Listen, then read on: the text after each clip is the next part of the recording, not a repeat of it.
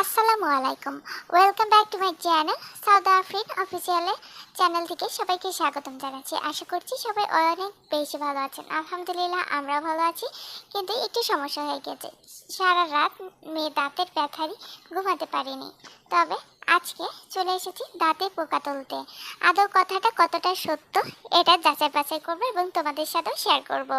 তো আমরা সকাল সকাল যে বাসাতে দাঁতের পোকা তুলতে যাব, তো সেখানে চলে এসেছি। তো আমাদের কিন্তু এই দাদু দাঁতের পোকাটা তুলে দেবে, তার জন্য কিন্তু একটি কলার পাতা নিয়ে এসেছে, কিন্তু সে একটি শিকড়ও হাতে করে নিয়ে এসেছে। কিন্তু কি আজব বিষয়, দেখো এইভাবে গালের ভিতরে নাড়া দিল এবং পাতায় এভাবে ঝাড়ি দিচ্ছে আর পোকা পড়ছে। এটা কতটা সত্য নিজের চোখে না দেখলে বিশ্বাসই করবা না। তবে অনেকেই বলে শিকড়ের সাথে ওনারা নাকি পোকা নিয়েছে, কিন্তু এটা কিভাবে সম্ভব? কারণ এটা গালে দেওয়ার আগে আমাদের কাছে কিন্তু শিকড়টা খুব সুন্দর মতো দেখিয়ে দিয়েছিল, কিন্তু শিকড়ে কোনো পরিমাণে কিন্তু পোকা ছিল না। আর উনি শিকড়টাকে পোকাটা ধরে আমাদের দেখাচ্ছিল, দেখো এটা কিভাবে আকৃষ্ট করে এই শিকড়টা। তবে ওনাকে বলেছিলাম যে আমাদের কি এই গাছটা সম্বন্ধে জানানো যায় না, কিন্তু সে কিন্তু রাজি হয়নি।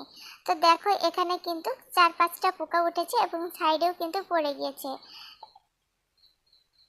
তো সাইড ছড়িয়েও কিন্তু পোকাটা পড়েছে, কারণ গালের ভিতর থেকে পোকাটা যখন শিকড়ে করে উঠে আসছে তখন কিন্তু ইনি এই পাতার পাড়ে ঝাড়া দিচ্ছে। তো সাইডে পড়ে গিয়েছে, তো সাইড থেকেও কিন্তু তোলা হচ্ছে এবং আমার আম্মু পোকাগুলো দেখিয়ে দিচ্ছে। উনি মুরব্বী ছিল, তবে সাইডের পোকা তেমন একটা চোখে দেখছিল না। তো দেখো এখানে কিন্তু 6টা মতো পোকা রয়েছে। আর এই যে দেখুন কিভাবে শিকড়ের গায়ে এটা পোকাগুলো আকৃষ্ট হচ্ছে। তো বন্ধুরা, আজকের ভিডিওটা কেমন লাগলো জানিও।